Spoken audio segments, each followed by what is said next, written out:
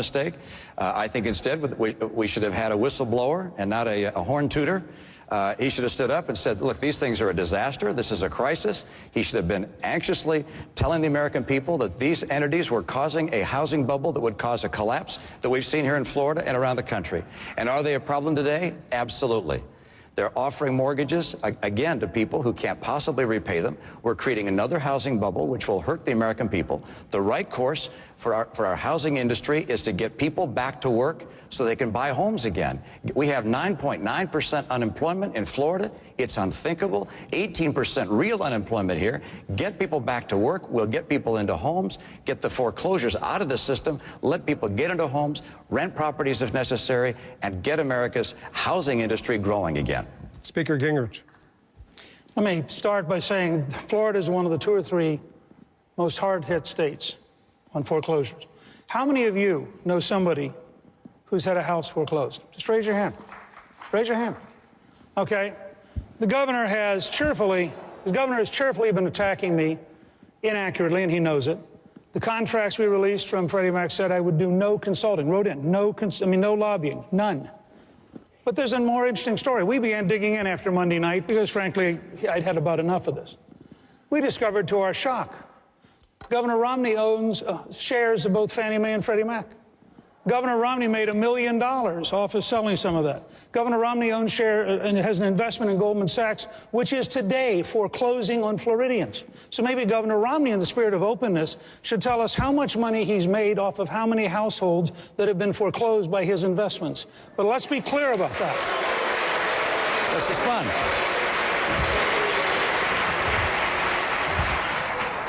First of all, my investments are not made by me. My investments for the last 10 years have been in a blind trust, managed by a trustee. Secondly, the investments that they made, we've learned about this as we made our financial disclosure, have been in mutual funds and bonds. I don't own stock in either Fannie Mae or Freddie Mac. There are bonds that the investor has held through mutual funds. And Mr. Speaker, I know that sounds like an enormous revelation, but have you checked your own investments? You also have investments through mutual funds that also invest in Fannie Mae and Freddie Mac. Right.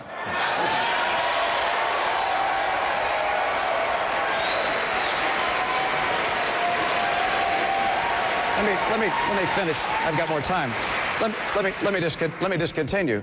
There's a big difference between buying like U.S. savings bonds and getting a return. That's not taking money out of the United States. That's loaning money to the United States. And what my trustee did is he loaned money to Fannie Mae and Freddie Mac. And they got paid interest, of course, just like if you buy U.S. savings bonds. But what the Speaker did was to work as a spokesman to promote Fannie Mae and Freddie Mac, to protect them from those people that wanted to take them down. He got paid $1.6 million to do that. He said his first contract indicated there'd be no lobbying. But his second contract didn't have that prescription taken out of it. And so you have to ask yourself, why is that? What he was doing was clearly promoting Fannie Mae and Freddie Mac, in this case Freddie Mac, to the tune of $1.6 million. That is one of the reasons we're in the trouble we're in. Go ahead. Well, first of all, you'll notice that the governor wasn't aware of the ad he was running. He's not aware of the investments that were being made in his name. Of course I can't. That's a blind trust. And to compare my investments with his is like comparing a tiny mouse with a giant elephant. The fact is that there is a very substantial question. You didn't give any instructions to say, gee, let's not do this or let's not do that. You're very quick to draw the widest possible exaggeration. The fact is, the only time I ever spoke to the Congress about this issue was in July of 2008. The New York Times reported it. I told the Republicans in the House, vote no, do not give them any money. They need to be reformed. And in answer to the question earlier, I would break each of them up into 5 or 6 separate units, and over a 5-year period, I would wean them from all federal sponsorship because we need to get away from those gigantic systems. Let me bring Congressman Paul, then Senator Santorum. Quick follow-up question to you, but specifically, it seems that they both acknowledge they both made money from Fannie and Freddie. Should they return that money? That subject really doesn't interest me a whole lot.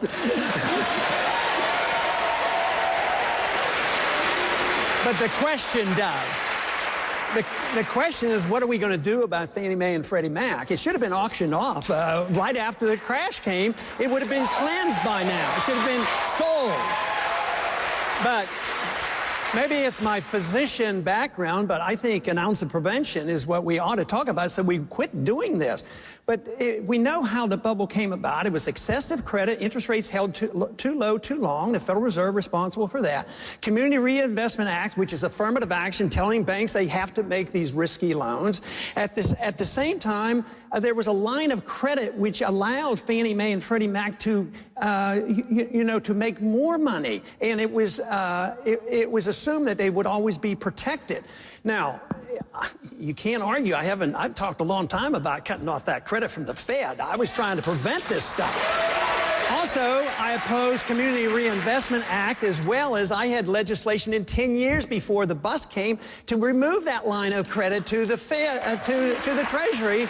So, Senator Santorum. Well, I would just say in answer to the question that, as I mentioned last debate, in 2006, I went out and authored a letter with 24 other senators asking for major reform of Freddie and Fannie, warning of a meltdown and a bubble in the housing market. I stood out, I stood tall, and tried to get a reform, and we couldn't do it. The reform we need is to gradually decrease the amount of mortgage that it can be financed by Freddie or underwritten by Freddie and Fannie over time. Keep reducing that until we get rid of Fannie and Freddie. The bigger issue here is these two gentlemen who are out distracting from the most important issues we have by playing petty personal politics. Can we set aside that Newt was a member of Congress and used the skills that he developed as a member of Congress to go out and advise companies, and that's not the worst thing in the world, and that Mitt Romney is a wealthy guy because he worked hard and he's going out and working hard, and you should guys leave that alone and focus on the issue. We're going to take a quick break, but we have a lot more to discuss. Coming up, the debate questions go to space, the final frontier. Stay with us.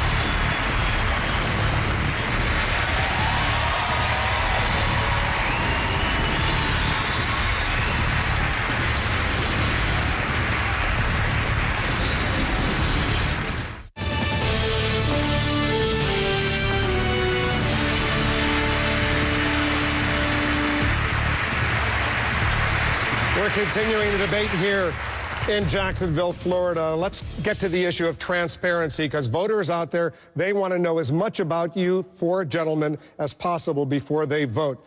Tax returns. Let me bring this to Speaker Gingrich. Earlier this week, you said Governor Romney, after he released his taxes, you said that you were satisfied with the level of transparency of his personal finances when it comes to this. And I just want to reiterate and ask you, are you satisfied right now with the level of transparency as far as his personal finances? Well, you and I have a great relationship. It goes back a long way. I'm with him. This is a nonsense question.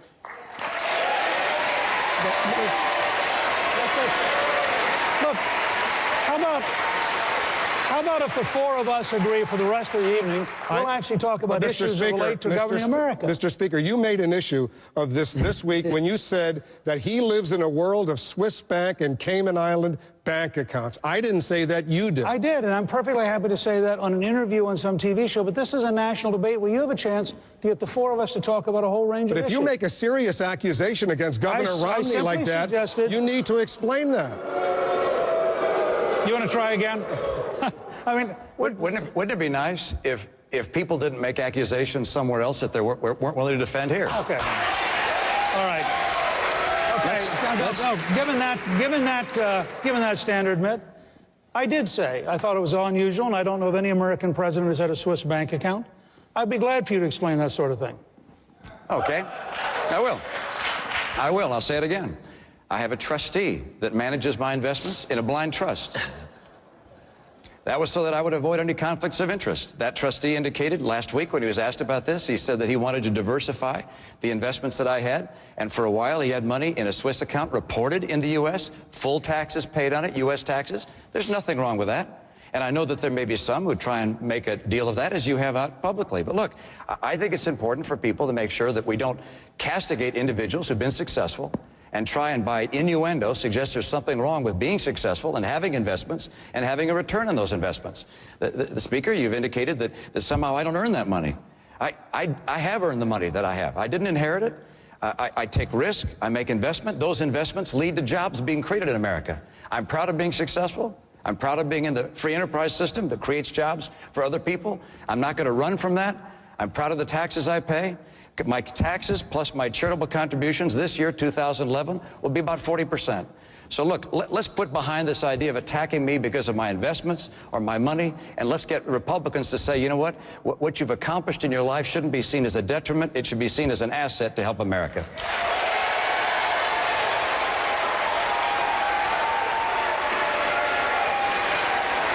Mr. Speaker, I'm ready to move on if you are. What? I said I'm ready to move on to the next subject if you are. I'm happy to. I'm happy to simply say, you know, it would be nice if you had the same standard for other people that you would like applied to you and didn't enter into personal attacks about personal activities about which you're factually wrong. So I'll be glad to have a truce with you. But it's a two-way truce. I'm happy on any occasion to describe the things that I believe with regards to the Speaker's background. We'll probably get a chance to do that as time goes on. Mr. Speaker, explain why you think that the money that he made over these many years, recent years, under your tax... Hold on, Mr. Speaker. Under your tax plan, we're talking about taxes right now. This is substance. Under your proposed tax plan, he would pay zero taxes. Explain that. Well, it depends on whether the particular kind of payments he made were counted under that plan as capital gains or whether they're counted as regular income. But even as regular income, he'd pay about the same. I've said this. My interest, this is where I'm the opposite of Obama. I believe we need to have somebody who fights for hardworking taxpayers. My interest is in reducing everybody's tax here to 15%, not trying to raise his to the Obama level. So I proposed an alternative flat tax. You know, I have proposed an alternative flat tax that people could fill out where you could either keep the current system, this is what they do in Hong Kong, you can either keep the current system with all of its deductions and all its paperwork, or you'd have a single page. I earned this amount, I have this number of dependents, here's 15%. My goal is to shrink the government to fit the revenue, not to raise the revenue to catch up with the government, and I'd be happy. Let me just say, I would be happy to have the Mitt Romney flat tax for every American to pay at that rate, and I haven't complained about the rate he paid. Senator Santorum, most of the polls, almost all the polls, want the wealthiest Americans to pay more in taxes in order to balance the budget. Why are they wrong, in your opinion? Because we need to have as much money funneling through this economy as possible, and the people who make those investments are people who have resources and wealth. We want them to deploy that wealth in the most productive way possible. And when you increase tax rates and you make things much more expensive to do, in other words, the rate of return is not as profitable, then they tend up doing things like investing in non-taxable instruments and other things that don't employ people. And so what I believe is we need to reduce taxes. Look, I'm honest, I don't reduce the higher top rate as much as these other folks do. I take the Reagan approach. Ronald Reagan at a 28% top rate. If it's good enough for Ronald Reagan, it's good enough for me, and that's what we put the top rate as. And we have a bottom rate of 10%. I believe in a differential. I don't believe in a flat tax. I believe in a simplified tax code with 5 deductions and focus on simplifying, creating 2 rates. I disagree with Newt also on this. I don't believe in a zero capital gains tax rate. I don't think you need to get to zero to make sure that there's an efficient deployment of capital and investment. I think if you get to zero, then in fact, guys like Mitt Romney, who again, I wish I made as much money as Mitt Romney, but he wouldn't probably be paying much at all in taxes. And I think that as long as the tax is not one that deters a proper investment to be able to deploy capital and to get jobs created, then lower rates are better than zero when it comes to the issue of capital gains. Are you with Ronald Reagan as far as the tax rates, as Senator Santorum has suggested, Congressman Paul? No, he taxed too much. My goal is to get rid of the 16th Amendment. And the only way you can do that is not run a welfare system and a warfare system and policing the world. But I do want to address this subject about taxing the rich.